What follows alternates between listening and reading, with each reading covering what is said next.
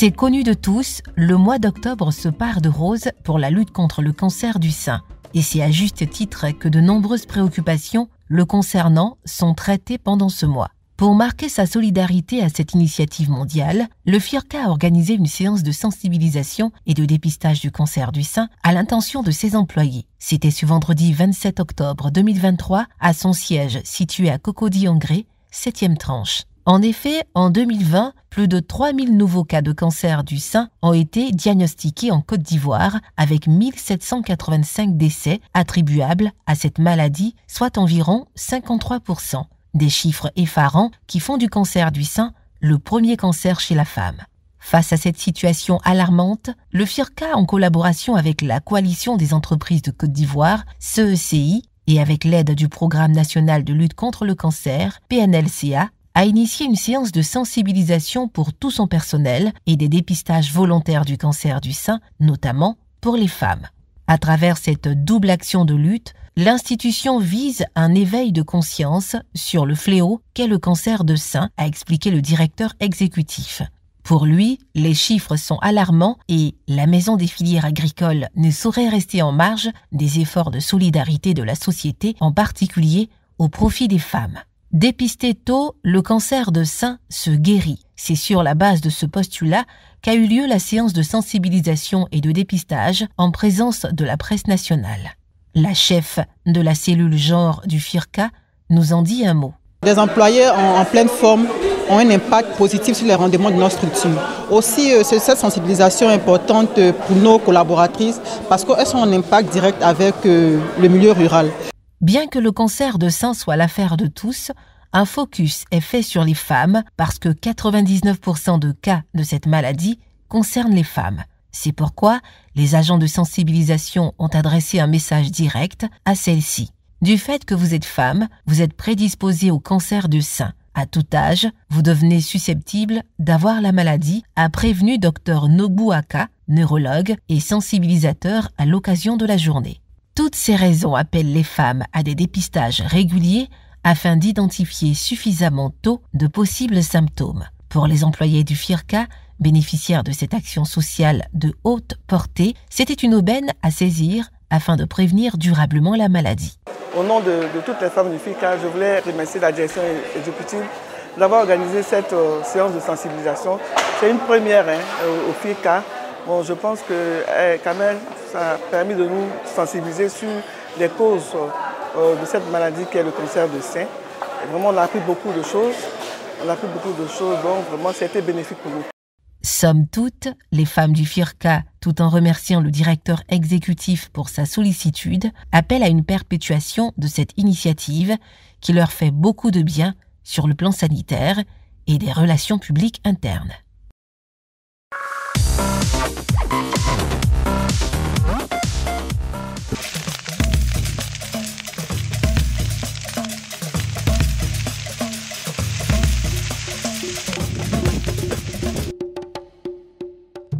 Au niveau des villages, à côté des mesures individuelles prises au niveau de chaque plantation, des actions préventives peuvent être mises en œuvre au niveau des communautés villageoises.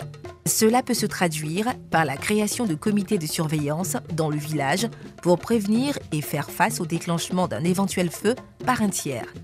C'est le cas de la population de Assa Komoekro, comme nous l'explique un membre de ce comité. Ici, il y a beaucoup d'Intini. Et les Intini là aussi, ils ont les chefs. Chaque Intini a les chefs. Maintenant, si au moins il y a un problème, on convoque les chefs. Maintenant, on vient s'asseoir, on prend des décisions. Si tu arrives, tu vas au champ ou tu ne vas pas au champ, le comité t'arrête. Maintenant, on te fouille. S'ils ont vu boîte d'admettre sur toi, on a une amende qui paye ça. Pour qu'il a fait des feux, ça va arrêter. Et on a mis un comité, le comité est là. Si on te trappe à la sortie ou bien de l'autre côté, on vient sur le chef et puis tu payes amende. En outre, pour le matériel physique et humain que certains producteurs peuvent utiliser et qui sont recommandés, M. Mugo Ndriluka, assistant culture production de la SAPH, nous en donne des précisions. En toute politique de lutte, il est prouvé que la partie prévention est la moins coûteuse et la plus efficace. Et alors, ce que nous pouvons demander aux planteurs, c'est de réaliser des pare-feux. Il faut que ce soit une obligation pour eux de réaliser des pare-feux et aussi en créant un dispositif de contrôle et de surveillance de leur plantation. Il peut y avoir pour certains des gardiens, pour d'autres certains seigneurs, mais dans tous les cas, il faut qu'il y ait une équipe sur place qui veille sur la plantation pendant la grande saison sèche. Après les dégâts importants causés par les incendies en plantation d'EVA, les producteurs ne bénéficient pas systématiquement d'aide des structures étatiques, des sociétés ou des organisations agricoles dans le but de relancer leur activité véhicole pour assurer la replantation de leurs vergers. Cependant, des suggestions sont faites aux planteurs pour la prévention des incendies dans leur plantation. La première disposition, c'est de permettre que les producteurs et tout le monde, tous ceux qui sont dans les domaines ruraux, puissent utiliser les feux précoces. Les feux précoces, ce sont les feux qui sont mis en début de saison sèche. Au moins, la végétation naturelle n'est pas encore véritablement totalement sèche. Les feux précoces permettent donc de réduire le combustible lorsque la saison sèche va s'installer véritablement, et saison sèche qui engendre donc des conditions qui sont favorables donc au développement de feux nocifs, de feux dangereux comme on le constate chaque année. Nous, en suivant les conditions météorologiques, un état de la sécheresse est fait. On tient compte également aussi de la température et également du vent. Et à travers tous ces éléments, nous donnons un indice de vulnérabilité de chaque zone. Et cela permet aux différentes populations de savoir quel est le risque de feu dans leurs différentes localités. Et ces informations, à l'état actuel, sont envoyées, nous envoyons cela à l'ONPC, qui est aujourd'hui la structure en charge de la gestion des catastrophes. Pour l'Association des professionnels du caoutchouc naturel de Côte d'Ivoire, APROMAC, la sensibilisation est de mise et il existe une contribution de replantation de parcelles pour des producteurs dont toute la plantation a brûlé. Nous ne faisons que sensibiliser les planteurs d'EVA, surtout dans des nouvelles zones qui ne sont pas très habituées à l'EVA-culture. Et malheureusement, c'est dans ces zones-là que les pratiques de feu de brousse pour des chasses au gibier ou pour brûler la végétation afin d'établir des plantations, c'est là que ces feux-là se propagent le plus. Malheureusement, l'EVA-culture que nous voulons implanter dans ces zones-là subit aussi ces feux de brousse.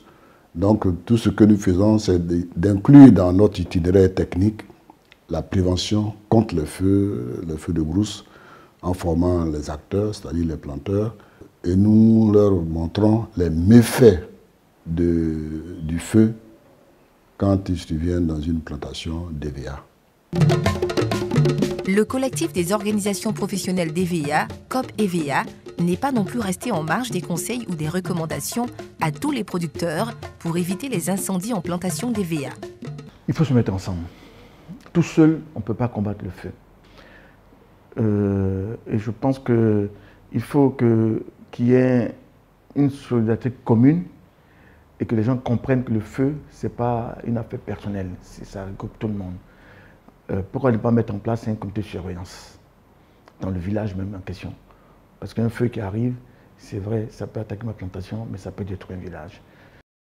En plus des recommandations données par les structures compétentes, l'assurance des plantations peut constituer une option judicieuse et utile pour amoindrir les pertes du planteur après le passage d'un incendie et permettre éventuellement la replantation de la parcelle sinistrée. Au niveau de l'EVA-culture, donc nous avons décelé des risques. Donc, le premier risque que nous avons décelé, c'est le risque d'incendie. Le second risque que nous avons décelé, à côté de l'incendie, nous associons un autre risque qu'on appelle la responsabilité civile agricole. Et le troisième risque que nous avons décelé, c'est le risque de casse dû au vent. Et le quatrième risque, c'est le risque de maladie qu'on appelle les risques phytopathologiques. Exemple de, par exemple, FOMS. Voilà. Donc, nous prenons par exemple le premier risque, ou bien les deux premiers risques. Le premier risque, c'est le risque incendie. Le risque incendie pour 1 hectare, globalement, vous payez autour de 12 000 francs. Globalement, de 12 000 francs. Pour le risque responsabilité civile agricole, vous payez autour de 15 000 francs. Voilà. Donc, quand vous associez les deux, je dirais les deux risques, vous faites autour de 30 000 francs. Mais nous tenons à préciser que ce n'est pas linéaire. Le calcul ne se fait pas de façon linéaire. Plus votre surface elle est importante, moins vous payez à l'hectare.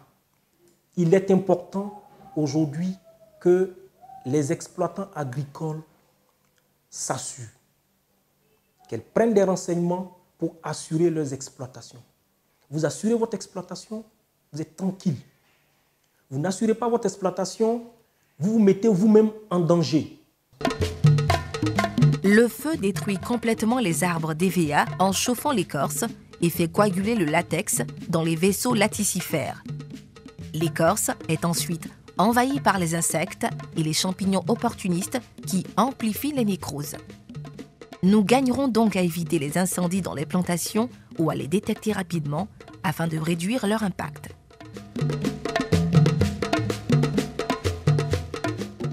Investir pour le futur, anticiper, innover. Voici les 3 actions qui matérialisent notre vision. Nous sommes le FIRCA.